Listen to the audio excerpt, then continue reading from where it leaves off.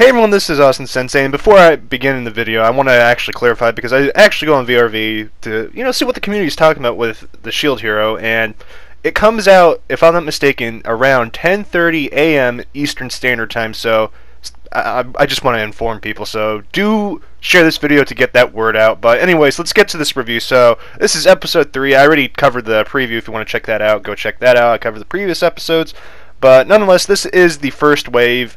That basically, this is the first, second wave if you want to get extremely exact, but nonetheless, we are now seeing Nafumi, and he basically has gained a lot of new skills with the shields, so much that he's lost count of it. It's quite funny, and we do see the whole reminder that he's not, invincible. He did get wrecked by a porcupine, and I thought that was hilarious, because he wasn't paying attention. We actually finally get to see the shield prison for the first time, and I was so happy to see it because it looks so well done and pretty cool. And we see that Raphtalia,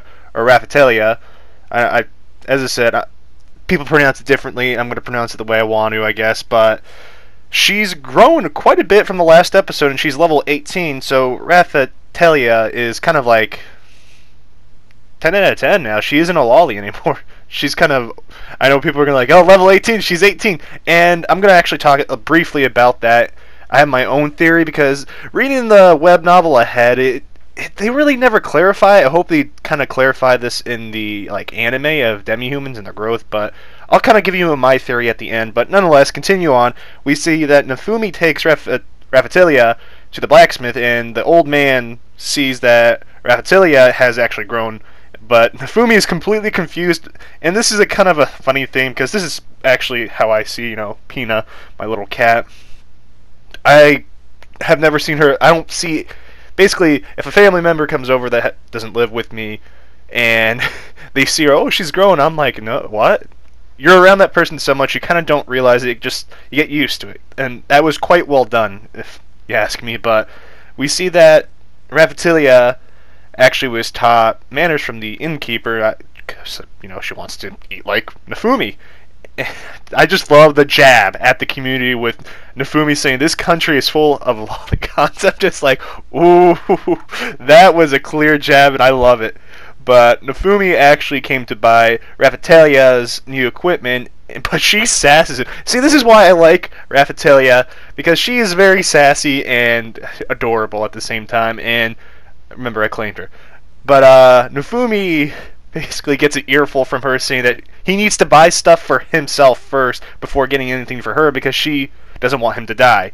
And it was quite hilarious. And of course we hear the old man talk about he doesn't know about demi-humans, that they're basically different in aging. And as I said, I'll clarify that at the end. But we see that Nafumi ends up getting pressured into buying a new piece of armor, and it quite honestly hilarious that Raphtalia kind of made him do that. And we get the scene that I really like, which is Nafumi orders Raphtalia a kid's meal, and she gets insulted and orders the cheapest lunch also. She's an adult at this point. That's what they're trying to portray, and he's kind of like, no, you're still a kid kind of thing. I mean, no matter, just like with parents, no matter how old you are, you're still their little kid or a little baby. But the one thing I'm going to talk about after we see Nafumi's barbarian kind of armor is the missing scene that I'm a bit shocked about. I don't know if they're going to cut that out of the entire series, because in the web novel it ends in a certain way that this will make sense, but hopefully they'll put in the next episode, where we see Raphtalia kind of talk about the blacksmith, how he likes him, and then under her breath she goes, I like you also. We didn't get that scene, and I was kind of a little bit upset, I'm not gonna lie. A couple things cut, but as they could go in a different direction with that, I don't know, who knows. But we see that the wave is near, and you get to see the dragon hourglasses I previously talked about in good old preview video, and it tells how close the wave is, as I said in the preview video. And we see the heroes show up, and Spear Hero actually came to basically harass Nafumi. He's kind of a wonderful person, to say the least. And we see that Malty, this is a snapback to kind of reality, how she called Raphtalia basically a dirty demi-human, and we could see that demi-humans and humans aren't very they don't like each other, and as I said in my opening analysis, actually check that out. I don't want to spoil it here, so I'll probably link that in the comments down below. But we see that the Spear Hero basically tries to tell Raphtalia about Nafumi's rumors, but basically, he gets very pissed off and leaves. And, this builds up to the next scene. And we see that Nafumi is level 16, and Raphtalia tries to ask Nafumi what happened between him and the heroes, but he kind of is still very... he is as salty as the people that are attacking the anime, to say the least, and tells her that it's none of her business, and rightfully he has the right to say that. And Nafumi, after, Raphtalia goes to sleep, starts to question why everyone still doesn't believe him, even though he's telling the truth, and I like that because it shows the longing effects of what Malty did, or Main did. And it's... at least they're not forgetting about it, and I'm happy they're going close to the manga, but leaving a couple things out, I wish they were in there, but you can't have everything, can we? But we see the Day of the Wave. It's the Day of the Wave. Woo! Party time, basically. No, not really. Raphtalia actually goes out of her way and thanks Nafumi for all that he's done for her.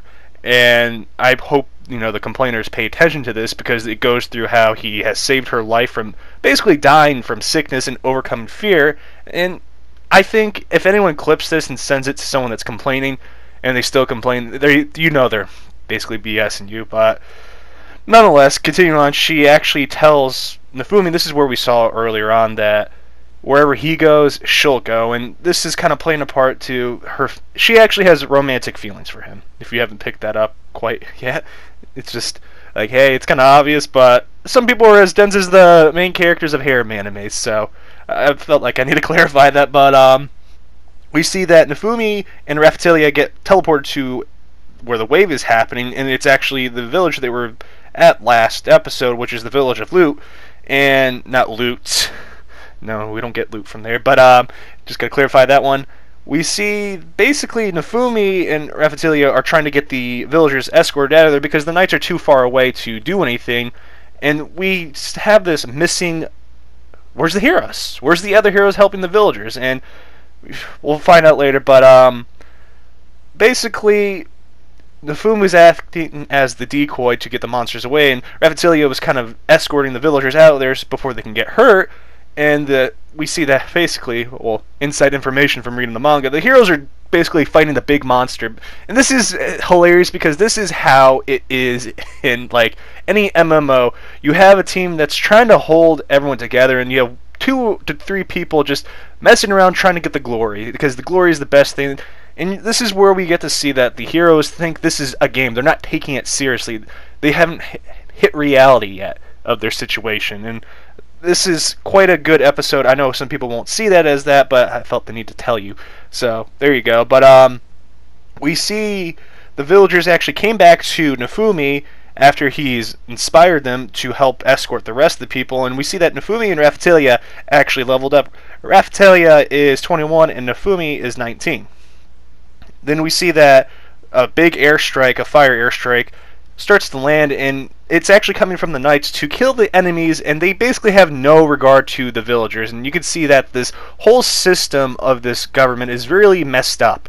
It's corrupted, and we see that Nafumi actually goes and protects Raphtalia like he said he would, and it's just really telling to see this scene, because you see that these people don't care about the other people.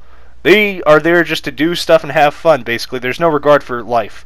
But nonetheless, we see that Raphtalia lunges at the freaking knights to attack them and scolds them, and they start. Basically, you see the whole demi-human thing again, and as you know, the demi-humans and humans don't get along in this world, and you'll start to see a little bit more why later on. But Nafumi tells her to back off, and I just love how sassy she is. It's hilarious, honestly, but basically he goes, I should just leave you knights as food for the monsters, and you see the monsters go behind the knights, and they all start to freak out, and we see that Raphtalia and Nafumi are the best team. I love them. They're better than Kirito and Asuna. I will fight you on that one right now. Test me. Come on, boys. But nonetheless, all the knights actually were, we're going to be honest, we're told to go basically abandon everyone at the village and go where the three heroes are that are fighting the big monster, and most of them actually stay behind because they see Nafumi's actually doing what a hero is supposed to do. A hero is someone that is selfless and goes out of the way to protect people that they don't know them or in need. And while you see the other heroes, they're not really much heroes. They're just, glorified adventurers because they're no better than them. They don't care about villagers. They're like, oh, we're going to get the glory, but we see that the wave has actually ended, and basically the three heroes, Spear Hero was talking about, oh, Nafumi only would slow us down kind of thing, and we see that at the end the villagers thank Nafumi for helping them, and Raphtalia grew a bit more again, if I don't know if anyone noticed. Then we see that Raphtalia has this moment of realization that she's helped people, and she's happy about it, and she's crying. And, of course, the dragon Hourglass, of course, resets, and it's preparing for the next wave, and that's going to be for not a little while, and next episode's going to be a very back in the kingdom, and I'm going to love this episode. The next one's coming out. But nonetheless, talking about my theory about how demi-humans age, they age via, levels, as we can see, and I don't know if it could be like, Battlefield, if you ever guys played Battlefield. I'm talking about 3. After a certain level, it's just very hard to level up, or in the play, basically, remember when she was there, she was 10 years old, basically, and in human years, and she was, under level. Then after she started to get past 18, she started to develop, and it seems after a certain level, they start to develop, and I don't know when the cutoff is to when they get too old, to the point that, they get gray hair and all that, but who knows, we won't find that out, actually, I don't think, in the series. As I said, the web novel is over, but nonetheless, that's kind of my theory. So right now, we know that she's 21, so that's probably where her age is going to start. She's in her 20s, and I know towards some point she goes to the 40s, so it's one of those, I think around level 20, that's when they actually start to hit their mature, and they actually grow up to be an adult, versus the humans growing via, good old age and years. And this is kind of where you're going to see the separation and why demi-humans are usually stronger. And this, instead of, just throwing them in there, I love No Game No Life, but I hate to rip on it. With the, beastmen, you don't really get why they're stronger than humans. No one ever really explains it until this kind of actually puts into perspective, oh, they mature faster and they have more experience that way, which is why they're always superior to the human race, kind of thing. And it's quite interesting. And seeing this, like, in How Not to Summon a Demon Lord, I wish they would expand it a little bit more, especially with Rem. But nonetheless, this anime is amazing. This episode is great. I really, really don't think anyone's going to complain. Then again, you never know. People complain, and I hope people that are complaining watch the actual episode and just shut up, honestly. But nonetheless, do share this video, and do consider subscribing, because I am going to be covering this in the preview on Friday, so stay tuned to that. And of course, I'm going to be covering other animes, so I'll catch you guys in the next video. This is Austin-Sensei, signing out. Peace. I'm going to start doing this in my video, in my Discord. I'm going to have people that put in memes, and I can put them then in the video. And obviously, I will put their tag and what their username is in there, or social medias, and artwork. I can't stress enough, if you have artwork that you want to show off, I will put them at the end of my video, so it can get some... I just want to give back to the community, but nonetheless, I'll catch you guys, as I said, in the next video. Peace.